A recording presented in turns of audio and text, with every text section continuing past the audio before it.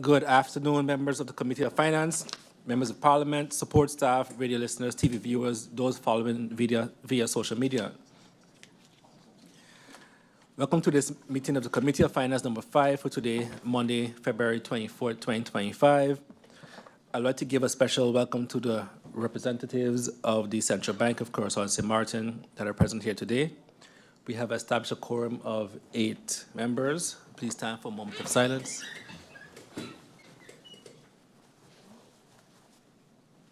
Thank you. I have received notice of absence from the following members: MP Vivian Kotai. Are there any other notifications from the members of Parliament? I see MP Edward Duran. You have the floor. Thank you, Mr. Chairman. Good afternoon to you, to my honorable colleagues, representatives of the Central Bank, and a special good afternoon to the people of St. Martin. Mr. Chairman, today has marked exactly 21 days since a letter was dispatched in regards to the publication of the budget. We've had several letters exchanged in the meantime, but no clear response on the way forward. Mr. Chairman, through you, I just want to state for the record, for the public to know, that without the publication of the budget, based on the articles of the Constitution, we cannot move forward in anything new in this country. And I just want that to be clear for the people. Thank you for the opportunity. Thank you, MP Duran. MP La Cruz. Thank you, Mr. Chairman. MP Atley is on his way, so notice of lateness. Okay, thank you for your notifications. The agenda point for this committee meeting is presentation by the Central Bank on the security features of the new Caribbean Guilder. And we go over to the agenda point. On February 3rd, 2025, Parliament received a letter from the Central Bank of Curaçao and St. Martin with a request for a meeting with the aforementioned agenda point. Hence today, this meeting. At this time, I give the floor to Ms. Raquel Lofong Wong, Director of the Central Bank, St. Martin, Curaçao, for some introductory remarks and presentation. You have the floor. Thank you, MP Irian, and thank you to the members of Parliament for being here present today to receive these presentations on the security features of the Caribbean Guilder and also the process that there is as we transition into the Caribbean Guilder on the March 31st. For those that are listening at home, also thank you for being here. I wanted to mention that we are really making sure that the public receives as much information about the Caribbean Guilder as possible. We have done various sessions, public sessions, live sessions, and you as representative of the people are imperative to get this information firsthand. So this is what I'd like to do with you today. I would like to talk a little bit about the team, some general information, important dates, insights about the transition process, the security features of the banknotes, the security features of the coins, and then opportunities for questions as it pertains to this particular topic. Any other questions that you have, I would ask you to defer these. I will defer these to the management of the Central Bank. So as it comes to the team, when we were discussing internally what is a team that would fit both Curaçao and St. Martin, we have to be very cognizant of the fact that you're dealing with 2 different countries, both with their own identity, both with their own history, and you need to make sure that once you present a common currency, that it's a currency that both countries and the people of the countries represent or recognize themselves in it. So the World Under the Sea team was chosen. This is a metaphor for fish and sea creatures moving freely between both islands, and also recognizing the fact that we are indeed one within this monetary union. The introduction date, as I said before, is March 31st, 25, a short month away. The denominations that they are a few denominations. The Caribbean Guilder consists of 5 banknotes and 7 coins. The coins come in 2 sets. You actually have a coin set which says St. Martin, and you have a coin set that says Curaçao. However, Both coin sets can be used in both islands. So it's not that the Curacao coins can only be used in Curacao and the St. Martin coins can only be used in St. Martin. You have different denominations. You have a 10 guilder, a 20 guilder, 50 guilder, 100 guilder, and a 200 guilder. You note here that the 20 guilder is replacing the 25, and the 200 guilder is replacing the 250. This is to be a little bit more in line with international trends that you see in the world. For the coins, we have minted the 1 cent, the 5 cent, the 10 cent, the 25 cents, the 50 cents, the 1 guilder, and the 5 guilder. The 50 cent is coming back. It's a coin that is there now, a square coin, but that is not very used often. What I'm mentioning here is stipulated in a regeling. Regeling gemeenschappelijk geldstelsel Curaçao en St. Martin. Excuse me, I don't know the English words. Let's call it a regeling. And the regeling stipulates what the coin series in terms of denominations have to look like. It's also very particular on what the coins have to look like, but not so much as to the banknotes. Important as well that for your international payment traffic, your currency code will change to XCG.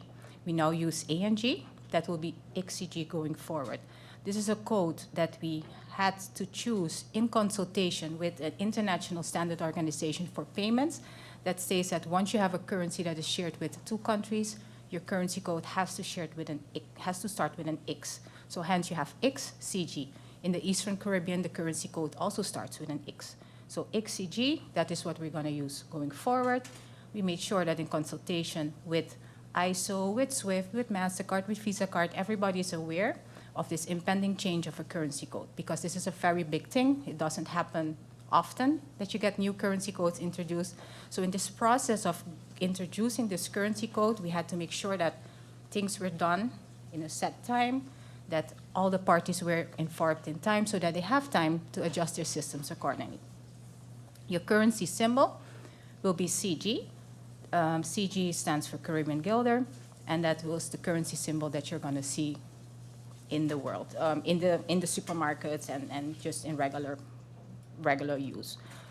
Your exchange rate, 1 guilder equals 1 Caribbean guilder. So 1 Antillean is 1 Caribbean guilder. So in actuality, it's a one-on-one exchange. The value of your money stays the same because it's a one-on-one exchange. As it also pertains to the peg to the dollar, which the central bank has had stable for the last 50 years, 50, that remains at 179. $1 is 179 ANG, and it will be $1 is 179 XCG. This is different than an exchange rate that you would see on the street. Sometimes you see 180, sometimes you see 182.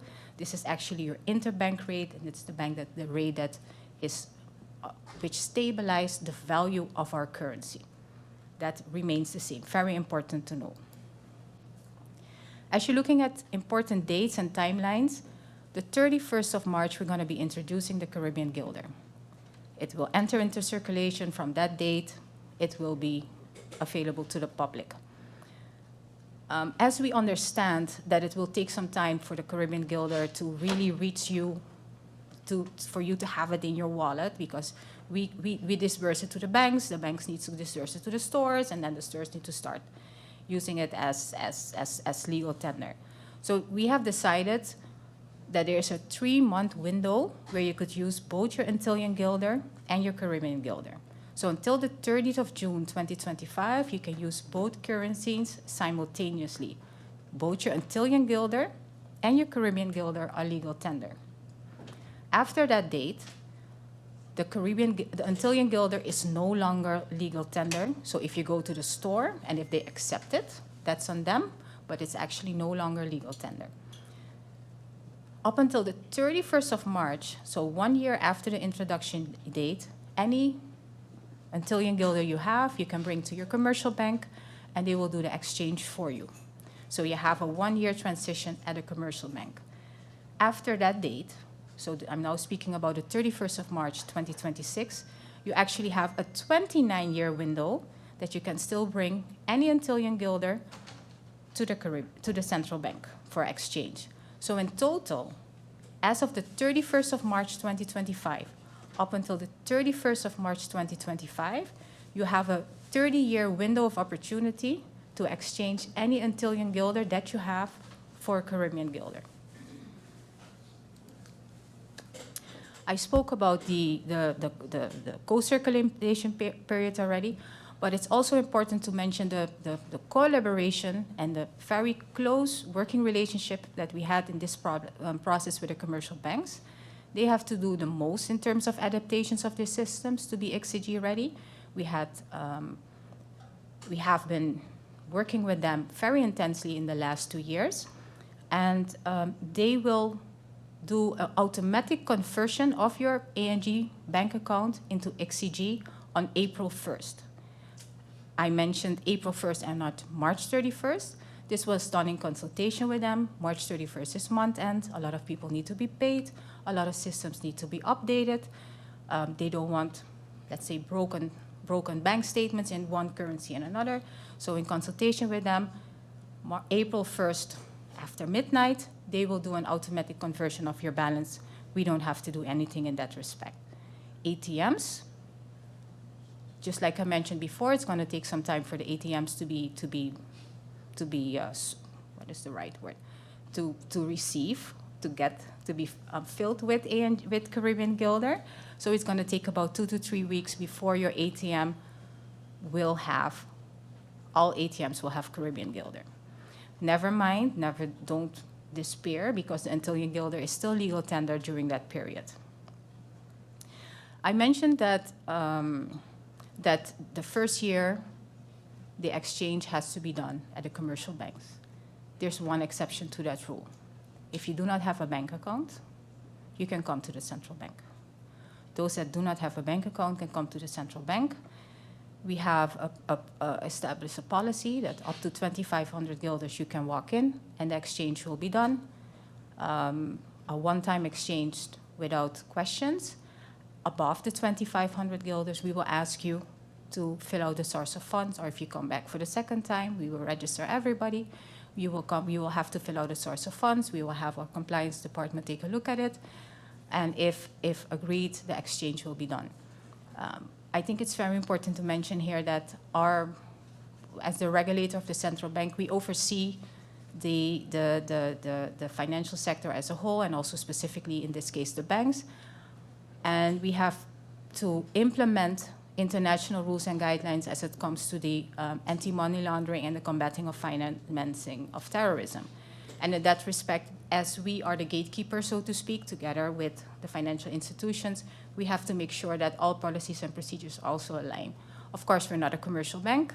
We are the central bank, but in this case, this particular set of persons, we have to accommodate and we have to be inclusive, and that's why we have created this opportunity here.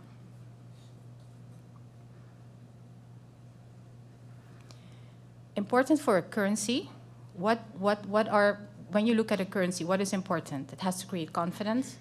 It has to be counterfeit resistant. It has to be easy to identify for the end user. It has to be durable, a symbol for the country, and also attractive. And as we go through the banknotes and the coins, I think you will notice that we have achieved this goal, if I can say so myself, and I hope that at the end of the presentation, you can share the sentiment with me. So if you're looking at a banknote, there are actually a few ways to distinguish one, or you can know that it's genuine.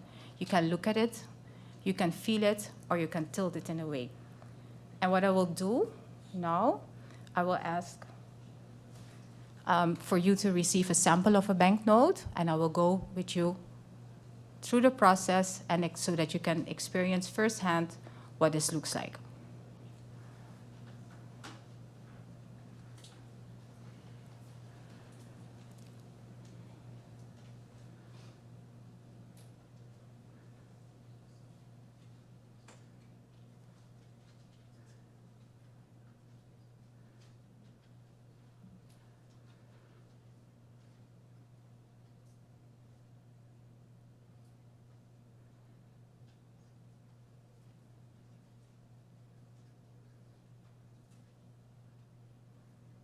So, Everybody has received a 10 guilder banknote. I'm going to walk you through some security features. For the banknotes, you have some general security features. You have the watermark, the see-through feature, there's high relief printing, there's elements for the visually impaired, the motion surface, the rapid detect security threat, the spark flow, and the iridescent ink. These banknotes are very, very secure. Our last print on the Antillian guilder is before the year 2000. Let me leave it at that. So it was time for an update. I'm going to go to individual banknotes because we have a series I mentioned of 5. So you have, for the look, we can talk color, design, dimension, orientation, the serial number, the signatures, and the date. For the 10 guilder, you're going to see a predominantly yellow banknote with on the front a gray angelfish and a queen conch. Also at the back, you're going to see the lighthouse of Klein Curaçao.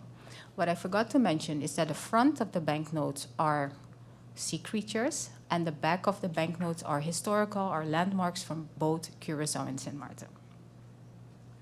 For the 20 guilder, you have a blue banknote with the front the spotted eagle ray, and in the back the yellow cowrie.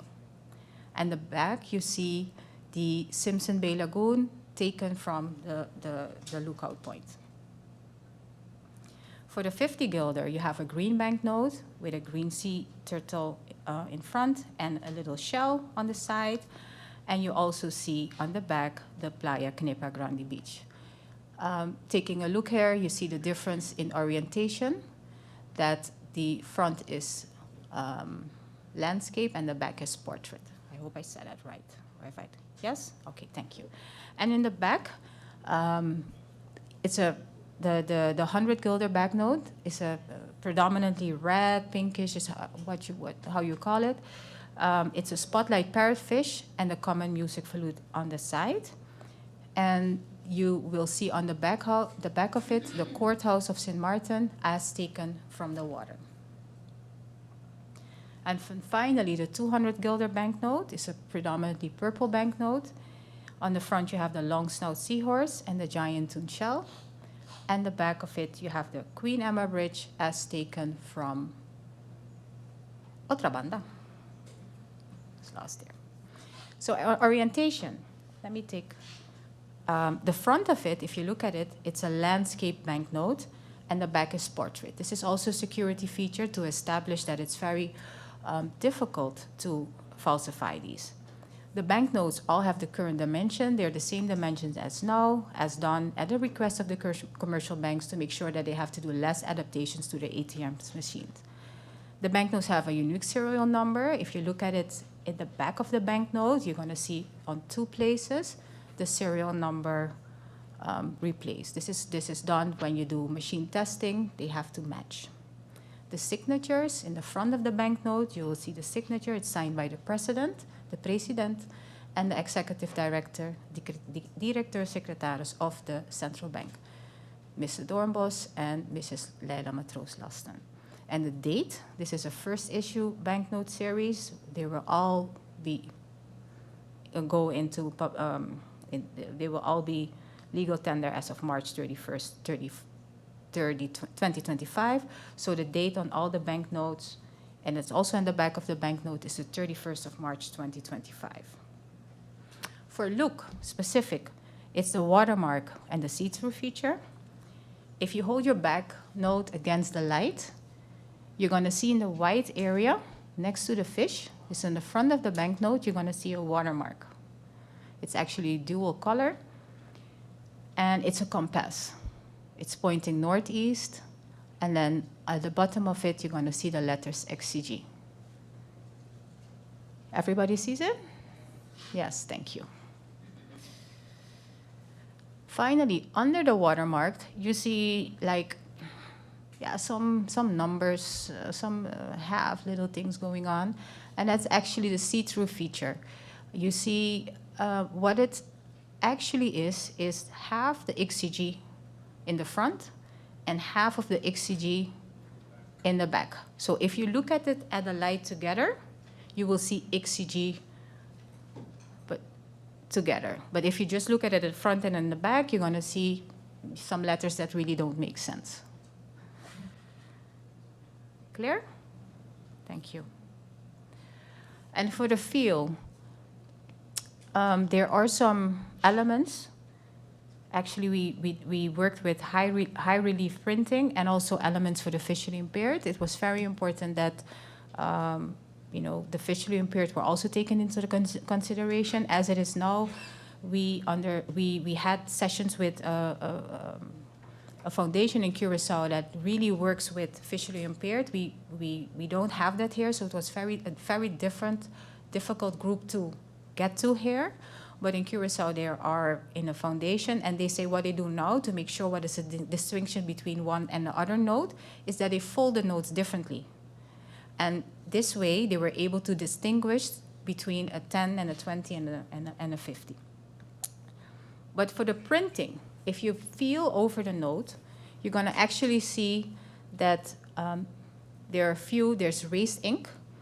So the sea creature, if you go with your finger over it, you feel the difference. There's a pattern in it.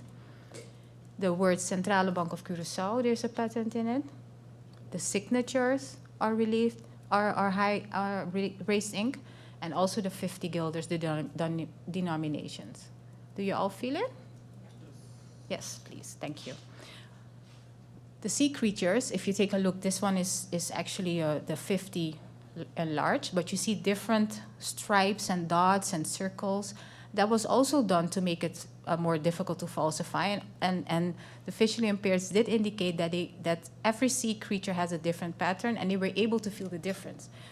For us, we see with our hands, but they see with their eyes, and they're very skilled in this. They were able to, other way around. Sorry, thanks for that.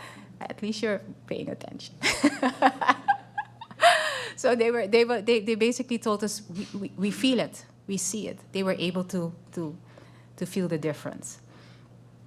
And like I mentioned, for the visually impaired, every banknote has on the short edge a dotted line, and as the value goes up, the dotted line also goes up. So for the 10 guilder, you have 1. For the 20 guilder, you have 2. For the 50 guilders, you have 3 dotted lines. For the 100 guilders, 4, and for the 200s, finally 5.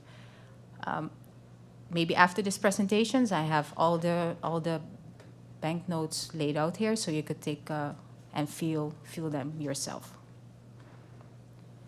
So now, if we tilt them, if you look at the front of the banknote, you're going to see the motion surface, at the back the rapid detect, and also in the front the spark throat, the color changing ink.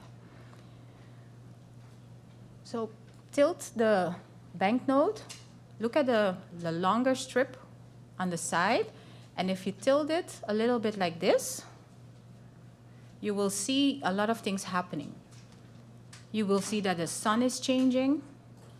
You will see that the shell is opening and closing, and you also see that the water droplets are also moving. So actually, this is every motion surface has this unique color for the denomination, and it cannot be removed from the banknote. If you were to try to take this off, it loses its 3D effect. Actually, sir, Mr. Labega, this is the front, the banknote, that strip, yes. So, sorry, through you. So I'm going to show you here what you're supposed to see. Everybody was able to see this? Great. In the back of the banknote, you have a smaller strip that's your rapid strip. This is a security thread of 3 millimeters, and this is actually some waves that you see. So once you move this strip, the waves will also move as well. And here too, every banknote has its own color. And then finally, for the tilting part, you have the spark flow, which is color-changing ink. If you change the banknotes, you're going to see the shell, which is specific to every denomination, change colors. It will change from blue to green. And what is also important is that in every shell, the denomination is part of the shell. So it's going to be very difficult to, take the shell and put it on another banknote because they're tied to the denomination. Also, iridescent ink. This is a little bit trickier to see. All depends on the light. But if you look at it in the sea creature, you're going to see XCG going down in waves. So you have to hold it a little bit to the light, and you tilt the banknote, and then you're going to see the wave motions in XCG and also in a golden metallic color. This one is a little bit more difficult, I must say. It all depends on the light and how you hold it. So finally, what you will see now on the screen is that all the security features of the banknotes will pass. So going from left to right, you have the motion, you have the color changing ink, you have the iridescent ink, and you have the compass, and in the back you see the rapid strip with the waves.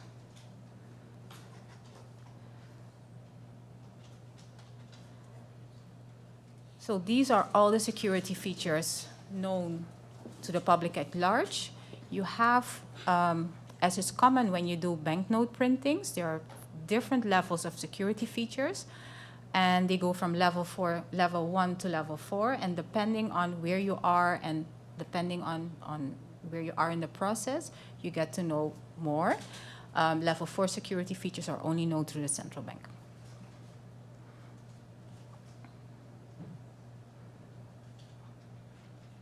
Show it to you one more time.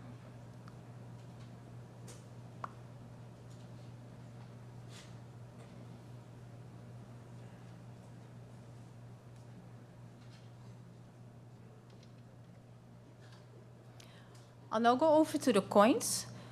I mentioned before the coins, we had a little bit less leeway. The regeling gemeenschappelijk geldstel was very strict in saying that this is what they would like to see on a coin. However, as it pertains to how you distinguish a fake from a real coin, that of course we had our freedom to do that.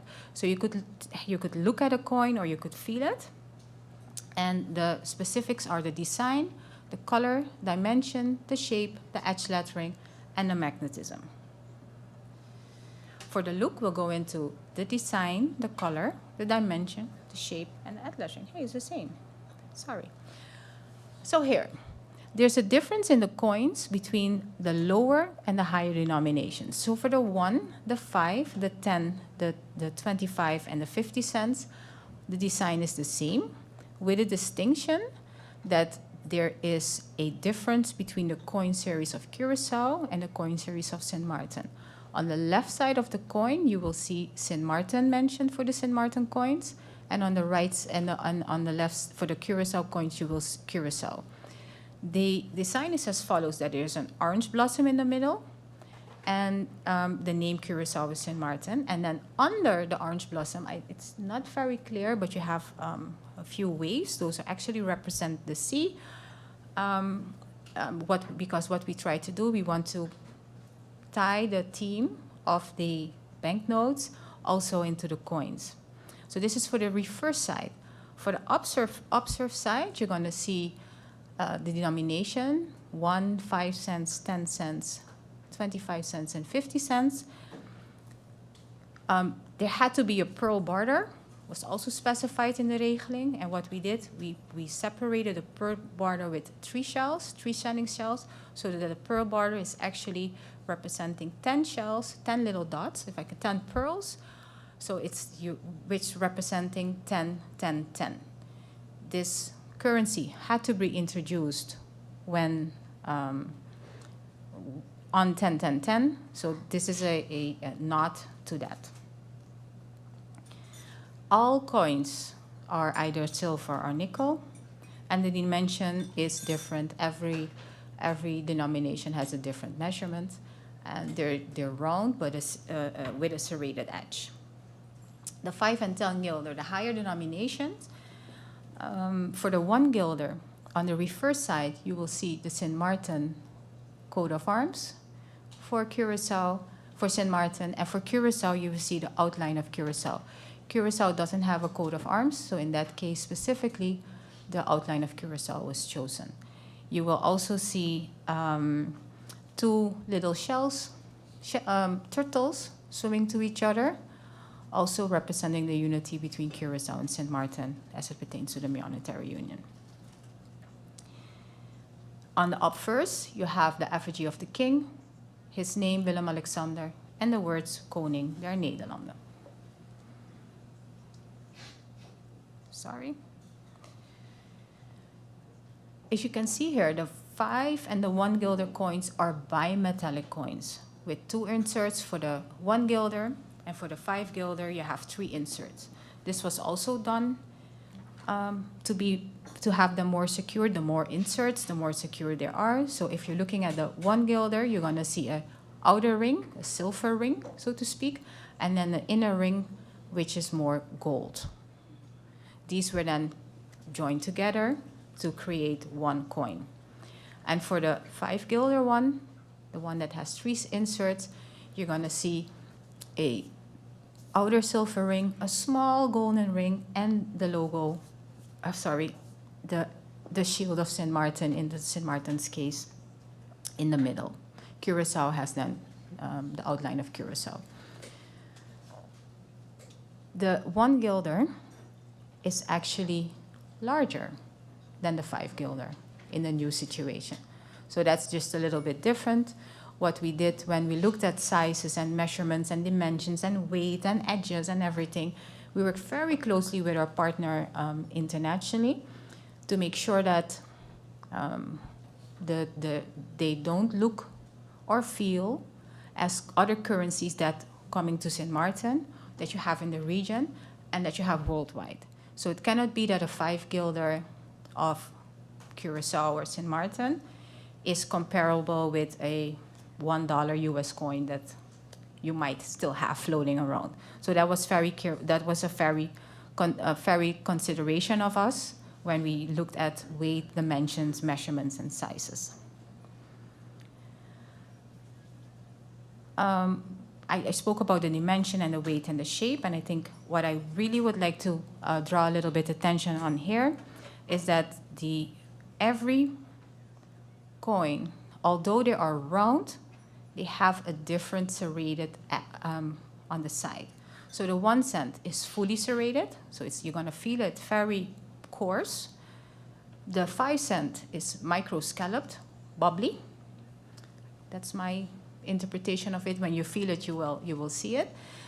You will understand. The 10 cent is an interrupted serration, so flat and then coarse, flat and coarse, and that goes throughout the coin. The 25 cent is a Spanish flower. The 50 cent is an 11-sided plane. And the 1 guilder and the 5 guilder are round, albeit be it that a 1 guilder is a little bit bigger than the 5 guilder. And then finally, as your other security feature is that all coins are magnetic. That brings me to the end of my presentation as it pertains to the security features and the process for the dissemination of the Caribbean Guilder to the public. I would recommend everybody to download the app. It's available in the Google Play Store and the App Store. It's in English, Papiamento, and in Dutch. It's a very useful tool. On the banknotes and the coins, there's a lot more happening that I was able to, that I explained to you for now. So you would, for instance, see a turtle, specific turtle with the corals, and it will tell you a little bit what is going on there. As we transition, it will also give explanation about the security features. It has a tool for the visually impaired. So if you hold it against the banknote, it will tell you what you're holding. So that is also very important for us. It's not an authentication tool, so it's not something that you could use for that. But if you hold your banknote as we upgrade it, if you will scan the coin, it will tell you what you're holding. So I would recommend everybody, once again, please download the app and use that.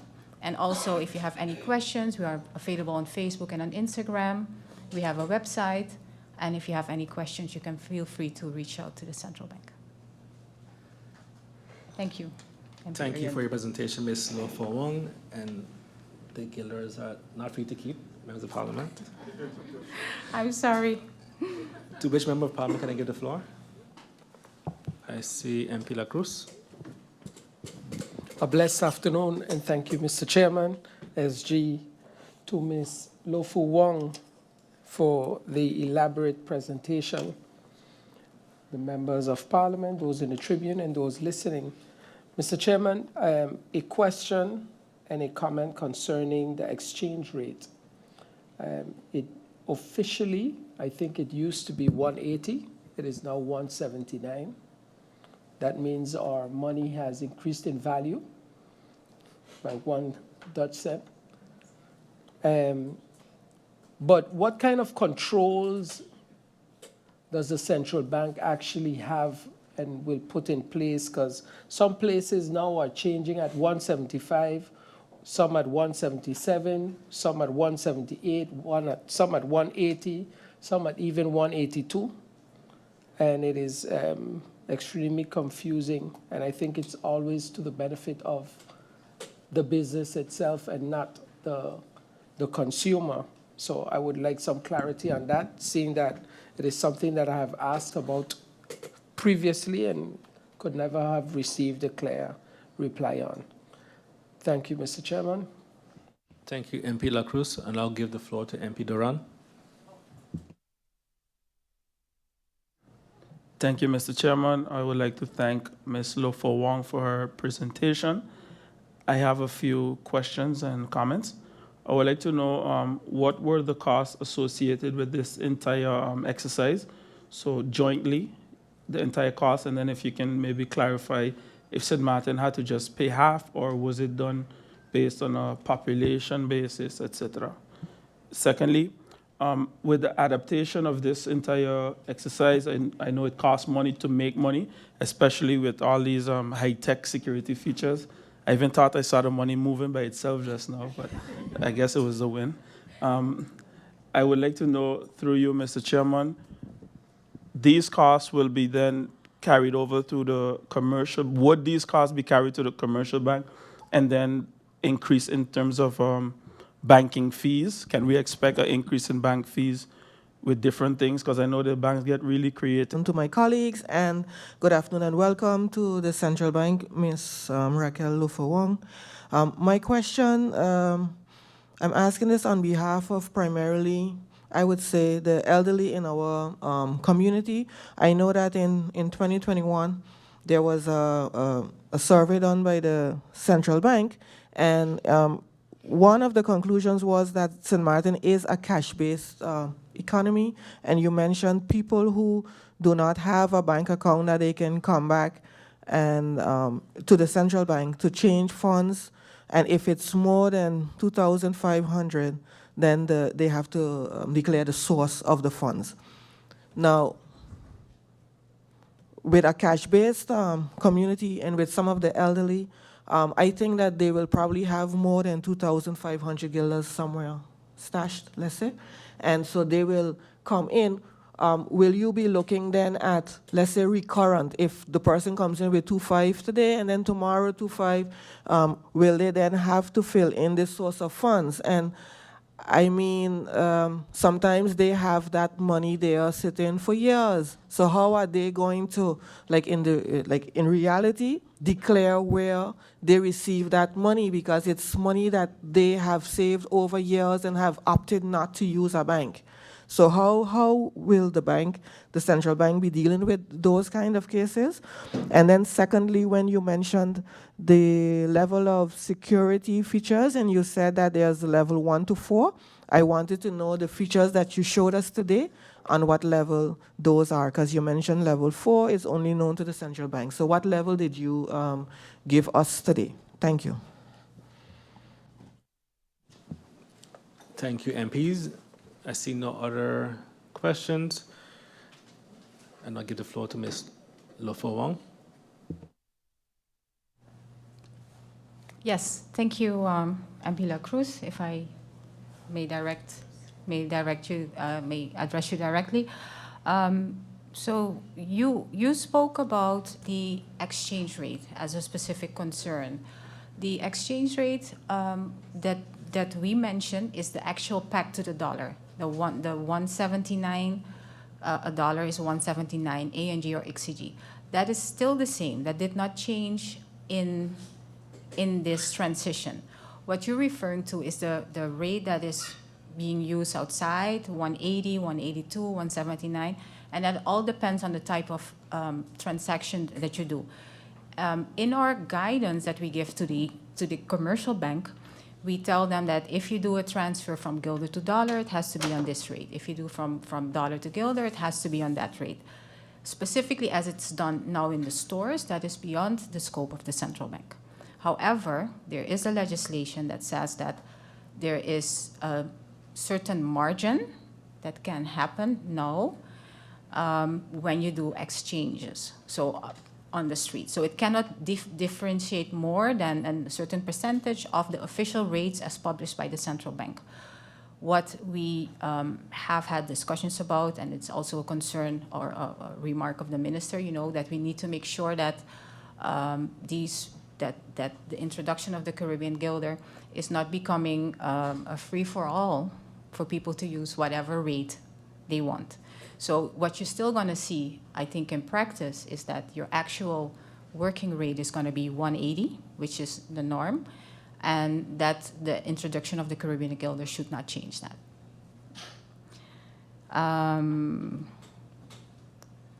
And I think, yeah, that was your question. I hope that answers your question, sir. Oh. Of course. Can you? MP La Cruz? Thank you, Mr. Chairman. You mentioned a percentage, so a bracket that it should stay within. Yes. What is that bracket? To my knowledge, and I can get back to you that is 4.5% either way, up or down, of the exchange rate as specified by the central bank.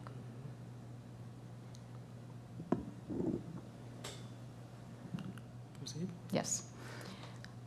MP Duran, your question was the cost. What are the costs for this project? That is actually 50 million guilder, and the costs are totally carried by the central bank. So Curaçao and St. Martin did not have to put money into this.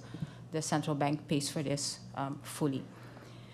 The cost of the adaptation in that respect as well, since the central bank is paying, there are no costs for the commercial banks in this respect. So there are no costs that will be carried over to, these are costs that we depreciate in a number of years. So we will not pass them on to any commercial bank in this matter.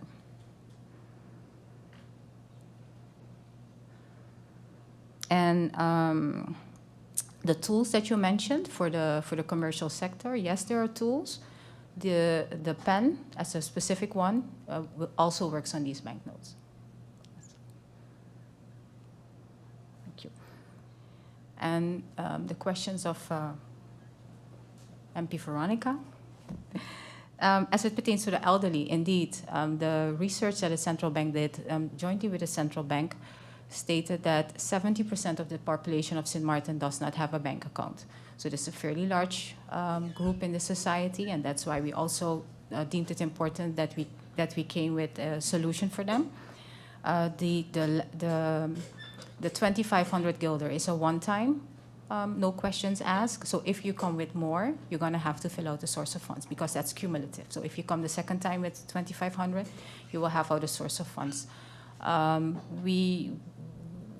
Understanding the situation, we will work with the elderly. We will, if needed, even help them, assist them out to the source of funds. But it's documentation that we need. Our compliance will take a look at it. We'll have the conversation with them, and if in order, the exchange will be done. So that is something that we'll be keen on. What we also recommend, however, going forward, is start making use of a bank account, because the elderly might have a bank account, but they prefer not to use it. So that is also a little bit of an education, and as part of financial inclusion and a safety risk, that they use a bank account going forward. That is something that we would like everyone to encourage as well. And the question of the level of security features, these are level 1 security features known for the general public. Thank you. As we have some follow-up questions, MP Lewis. Good afternoon to my colleagues here. Good afternoon, Ms. Lofu Wong. Thank you for your presentation. I just want to chime in based on what MP Veronica Janssen stated. You're still mentioning about the source of funds when it comes to the elderly. And I can tell you, I know of elderly people, including my grandmother, who's on pension for many years. But if you need a dollar, she always have that money in her gilda. She love her gildas, and her gildas always crisp. So I need to know, in not only in aiding the elderly, because they do save, but they save at home. Really and truly, the source of funds, if you're telling me about needing certain documentation, you will have hurdles there with when it comes to certain elderly individuals. And also, I would like to know, so that's a statement, a remark, and with the trajectory, how long did it take for us to reach where we are today? So with the inception of the deliberation and the discussions with the central bank on creating this note, because we are now 14 years or going into 15 years as a country. So I would like to know when these talks started in creating our own Caribbean Gilda. Thank you, Mr. Chair. And I'll give the floor to MP Duran. Thank you, Mr. Chairman. I do have a follow-up on the question with regards to the fees, through you, Mr. Chairman, to Ms. Lofu Wong. I understand the point when you mentioned that the central bank will be paying or paid for it, but the central bank gets money from the banks and the other financial institutions. So it's just like the whole GB saga when the government says that the fees will not increase, but the money has to come from somewhere. So maybe my question should be more in-depth in the sense of how will the central bank ensure that the banks, the local commercial bank, does not increase the fees on the clients? Because the central bank didn't get 50 million guilders out of the air. It came from somewhere. And somewhere along the line, everyone is always trying to pass on the cost to someone else. So I hope that the question maybe is more clear now. Thank you. MP Rosberg. Thank you, Mr. Chair. Thank you as well to Ms. Lofu Wong for her presentation and also the support staff of the Central Bank that is present here today. And to the people of St. Martin as well, blessed welcome, and also to my colleagues. My question, I have two questions, also to add to what my colleagues, MP Veronica Janssen-Webster and MP Lewis brought forward. Next to the elderly, I'm also aware of business owners that do not have a bank account, and I also understood that it was mentioned inclusivity. So how will that take place? The source of funds is one part, but will there be people that will be refused? Our inclusivity that nobody cannot be refused. I would like to have clarity on that. Also, in regards to the Caribbean Gilder app, in the future, will there be a possibility that it can also be used as an authenticator so that you can scan this bill, this 10 Gilder bill, and then you can see if it's real or not? I'm just curious. That's it for now, Mr. Chair. Thank you, MP Lewis. Yes, I forgot. I forgot to mention also based on what MP La Cruz mentioned with the exchange rate. Now, I would like to know. We are here speaking. It's obviously it's broadcasting live, but not everyone is listening to this broadcast, or should I say, on social media. How will the people, because I heard of educating basically the merchants or the commercial and the banks, etc., but the general public of this country, how are we going to educate them on the same information that we receive here in the presentation? What are the plans that the central bank have in educating the people of St. Martin? Thank you, Mr. Chair. Thank you. I see this is the last question from the MPs. I give the floor to Ms. Lofa Wong to answer. Lewis, as it pertains to your remark for the elderly, I think I understand the concern that there is, and it's we, of course, in our process, have to be diligent. We have to make sure that the source of funds can be justified, and if justified, the exchange will be done. But we do understand that there are elderly that save at home, that have been saving for a long time. So we will take that into consideration in our decision making. You asked for how long did it take. Actually, we should have started in 2010. We did not for various reasons. The currency should have been introduced on 10-10-10. The law said that as long as the Antillean guilder, Caribbean guilder is not introduced, Antillean guilder is legal tender. We started many times as a central bank throughout the years, but every time it got delayed or there were other concerns, of course. This process started in 2019. We started with our request for proposal in 2019. We had to pull back at a certain point in time because of the request as part of the Landspakketten that Curaçao and St. Martin had to do research into the societal cost of having our own currency versus using another currency, it's just the dollar of the euro. Based on the outcome of that study that was presented to the governments of Curaçao and St. Martin, the IMF did that.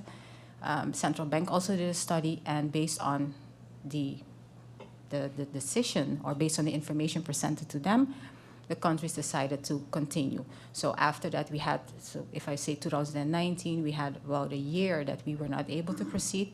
So we also had, in the deliberations with the banks, we had certain dates that we had in mind, which was not feasible for them. So we had to work with all parties, and especially them, as our largest stakeholders, to find a date that works for everybody. So actually, we started in 2019 up until now. That was your next question. And your question as it pertains to the educational process, we started, I would say 2 years ago, slowly but surely starting having the conversation about the Caribbean guilder, where we started with explanation of why are we doing this, and why is there a new currency, and trying to get that understanding first.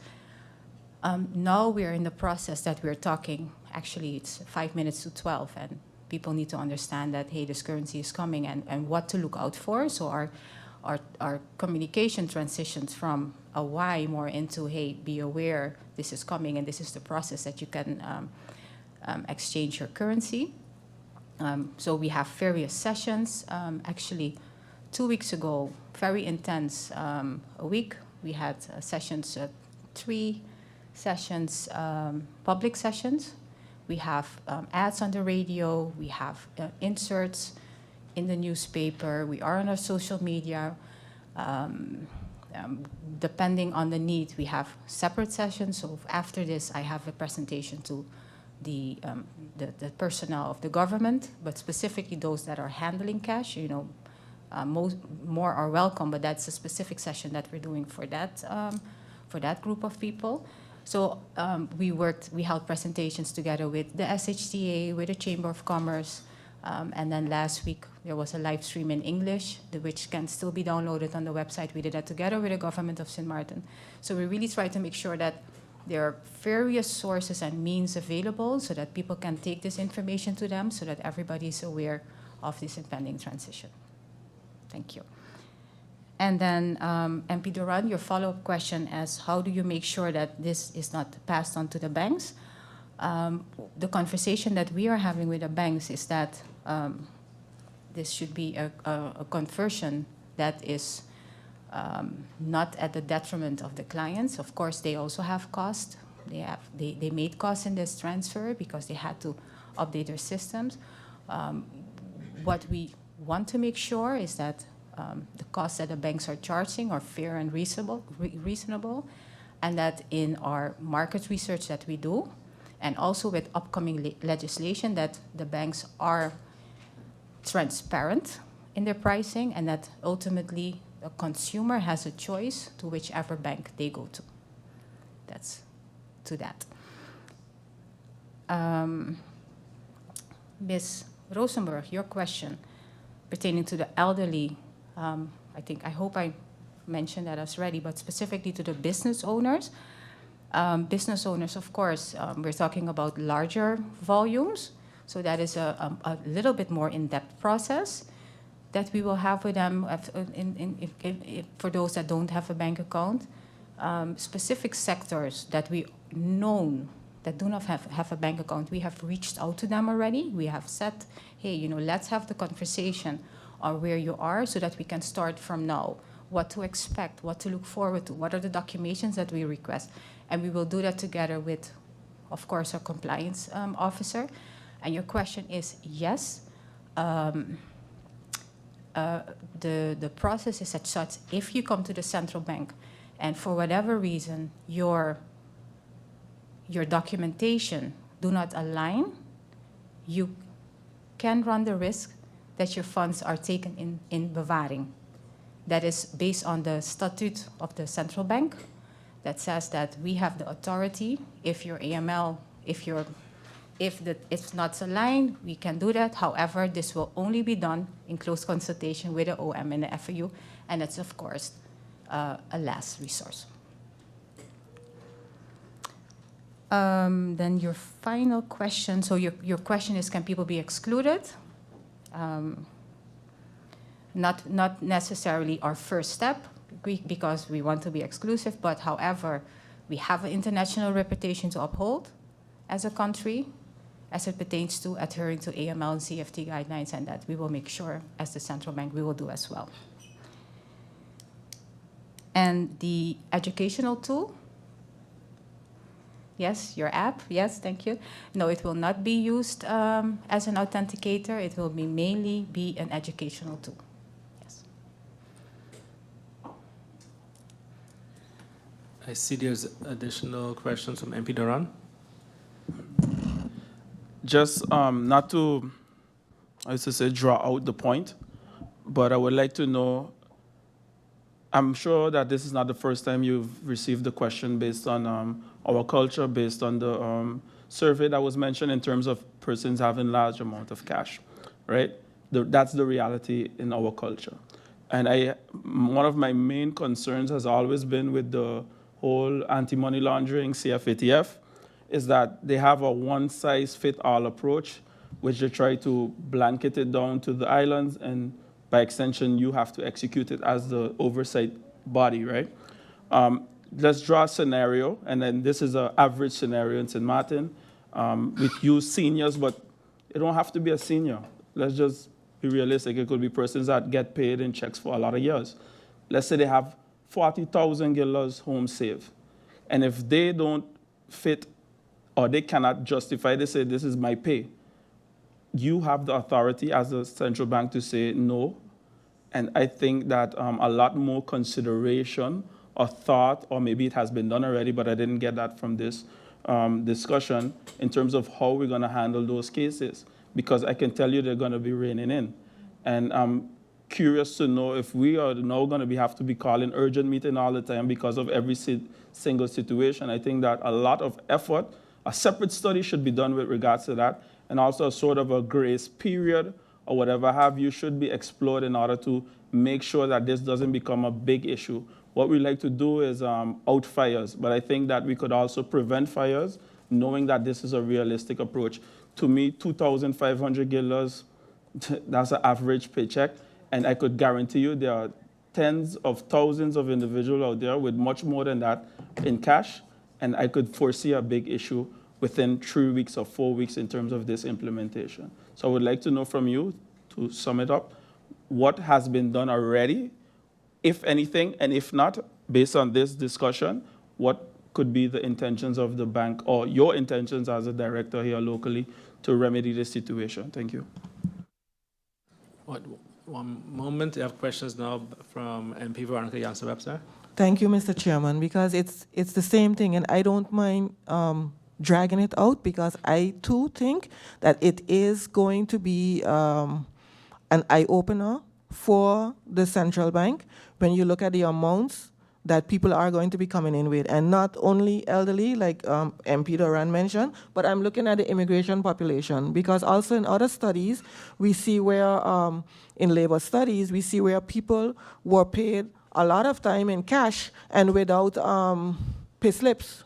So how are they going to justify that they got that money from jobs? We also, surveys show as well, the big gray economy. So people get paid, especially construction workers, they get paid in cash on Fridays, but there's no paper trail. How do they justify, and they go home with all of this money? And yes, we do have also large dollar economy, but there are some people who have large amounts of guilders, and we must not underestimate it. I mean, and we hear old-time stories when we had immigration raids, that you would then go and pick up somebody, an immigrant, to go with them, and then the police would be so surprised the amount of money that those people had over the years that they are taken out then when they get deported. And that is because some people live below their means, and then they save on what they are spending, and they just stack up that money. So I think that it is something, because of our culture in St. Martin, and all the alarm bells are there. Otherwise, we are going to force people to do wrong things.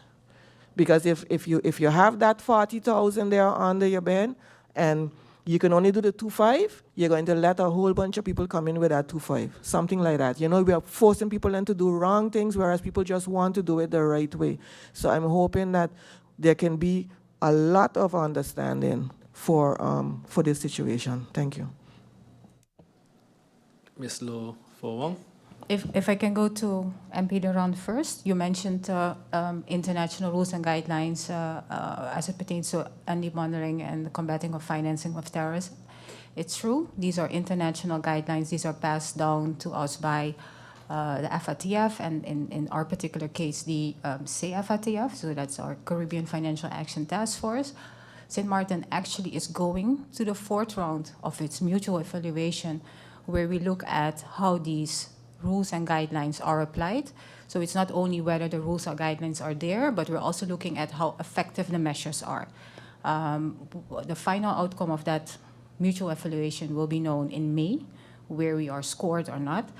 We are having our preliminary discussions already, but it's important to mention that whatever the outcome is, that will impact, it can impact us how we are seen internationally.